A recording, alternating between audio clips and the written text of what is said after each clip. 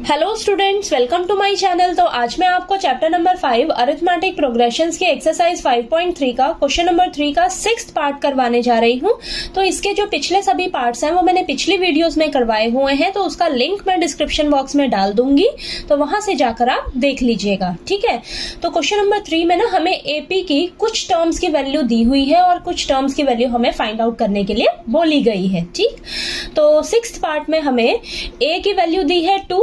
ठीक है, तो यहाँ पर लिख लेते हैं हम फटाफट से। ए की वैल्यू 2 दी है, डी की वैल्यू हमें 8 दे रखी है, एस एन की वैल्यू हमें 90 दी है और हमें एन की वैल्यू फाइंड आउट करनी है और ए एनथ टर्म निकालकर बतानी है। ठीक है, अब सबसे पहले हम क्या करेंगे, फटाफट से ना ए एन का फॉर्मूला लगाएंगे।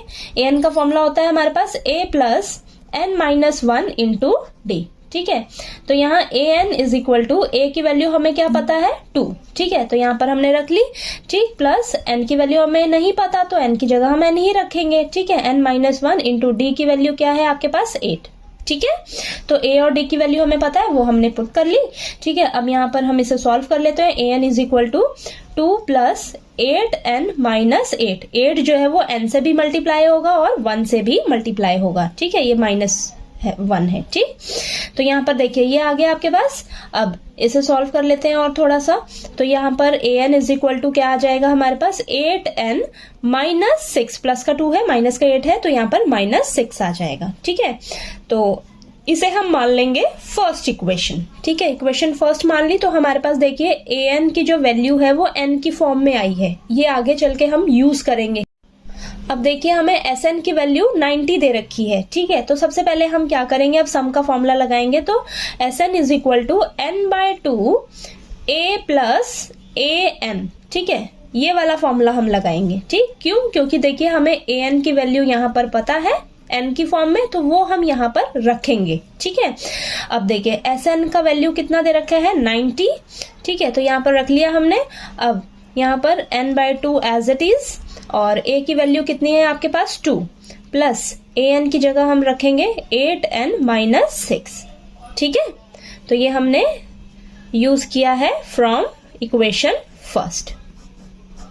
ठीक है, अब इसे सॉल्व कर लेते हैं थोड़ा सा। तो यहाँ पर देखिए डिवाइड में 2 है, इस साइड जाएगा तो मल्टीप्लाई में हो जाएगा, तो यहाँ पर हो जाएगा हमारे पास 180 इज इक्वल टू n और यहाँ ब्रैकेट को सॉल्व कर लेते हैं। तो यहाँ पर आ जाएगा हमारे पास 8n, प्लस का 2 है माइनस का 6 है, तो माइनस का 4 आएगा यहाँ पर। ओके, अब बाहर जो n है वो मल्टीप्लाई में है, तो यहाँ पर दोनों से ये मल्टीप्लाई हो करेंगे। ठीक है, तो 180 is equal to 8n square minus 4n। ठीक है, अब इसे हम इक्वेशन की फॉर्म में प्रॉपर लिखेंगे।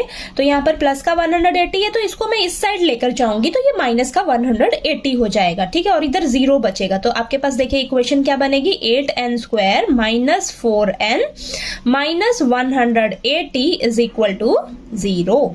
ठीक है, अब थोड़ा सा और सिंपल बना लेते हैं इस इक्वेशन को, तो हम कॉमन ले लेते हैं। तो यहाँ पर ना हम कॉमन ले सकते हैं 4। ठीक है, तो यहाँ 4 जब कॉमन लेंगे तो हमारे पास अंदर बचेगा 2n square minus n minus 45 is equal to 0।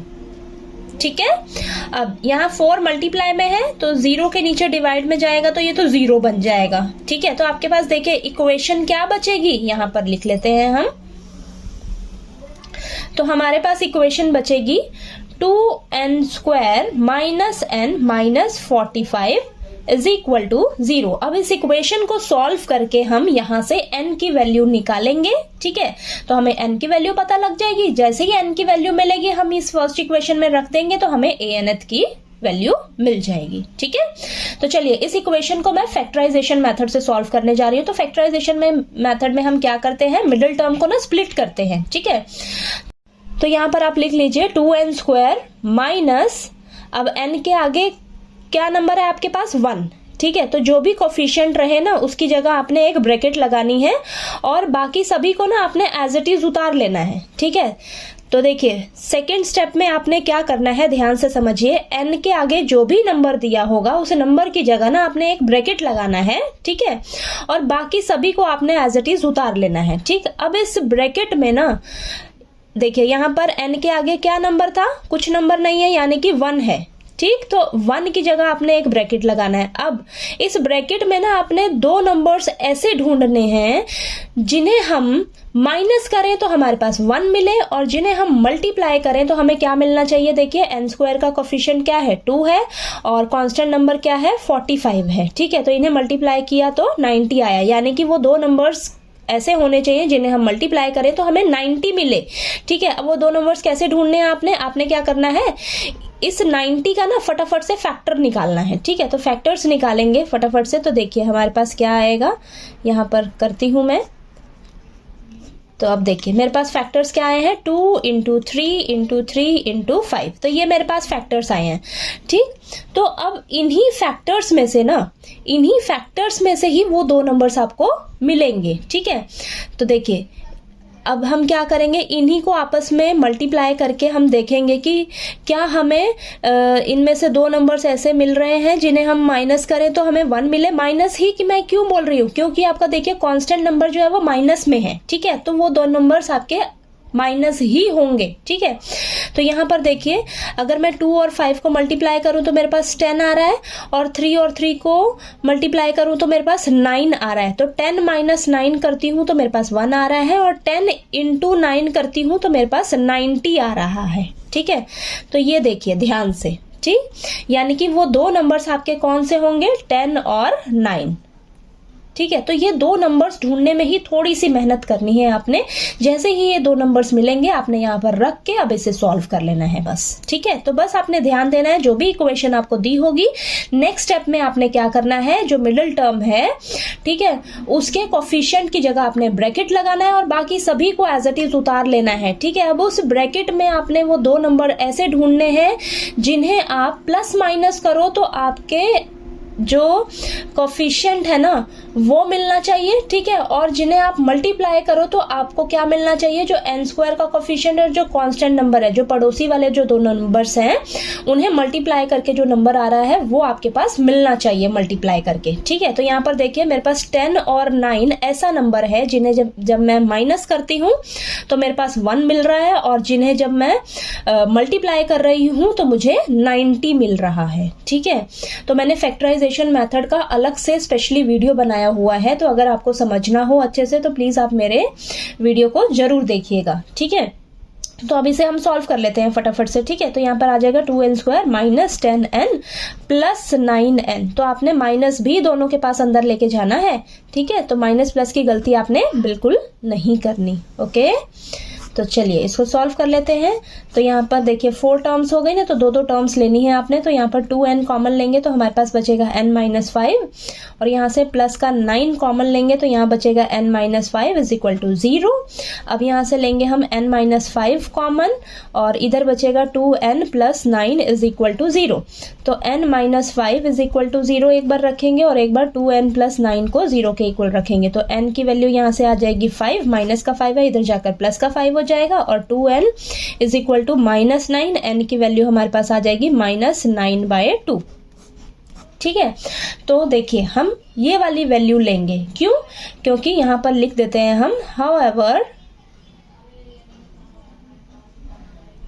n can neither be negative nor be fractional. ठीक है, n की वैल्यू आपकी ना ही नेगेटिव रहनी चाहिए ना ही फ्रैक्शन में रहनी चाहिए। ठीक है, सो देयरफॉर आपकी जो n की वैल्यू होगी वो क्या होगी, 5।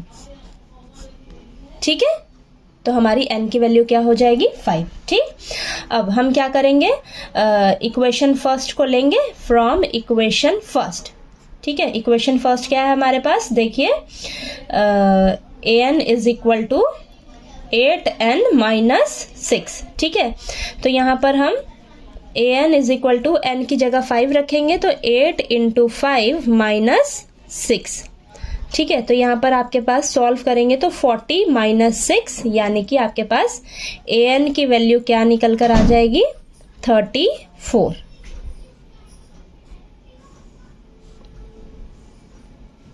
ठीक है, आ गई ना आंसर। ठीक है, तो यहाँ पर देखिए ये पूरा क्वेश्चन जो है वो आपका सॉल्व हो गया। ठीक है, इजी है, लेकिन बस आपने बस यही ध्यान देना है कि आपको किन टर्म्स का वैल्यू दिया हुआ है और किन टर्म्स का आपको वैल्यू निकालने के लिए बोला गया है, तो उसके अकॉर्डिंग आपने फॉर्मूलेज यूज करने हैं और इसे सॉल्व करना है क्वेश्चन को, ठीक है। और यहाँ पर आपको देखिए ये फैक्टराइजेशन मेथड भी अच्छे से क्लियर हो गया होगा कि किस तरीके से हमने इसे सॉल्व किया है, ठीक है। तो आप चलिए, आपको क्वेश्चन नंबर 3 का 6 पार्ट जो है वो अच्छे से क्लियर हो गया होगा। इसके जो आगे के सभी पार्ट्स हैं वो हम नेक्स्ट वीडियोज में करते हैं, ठीक है।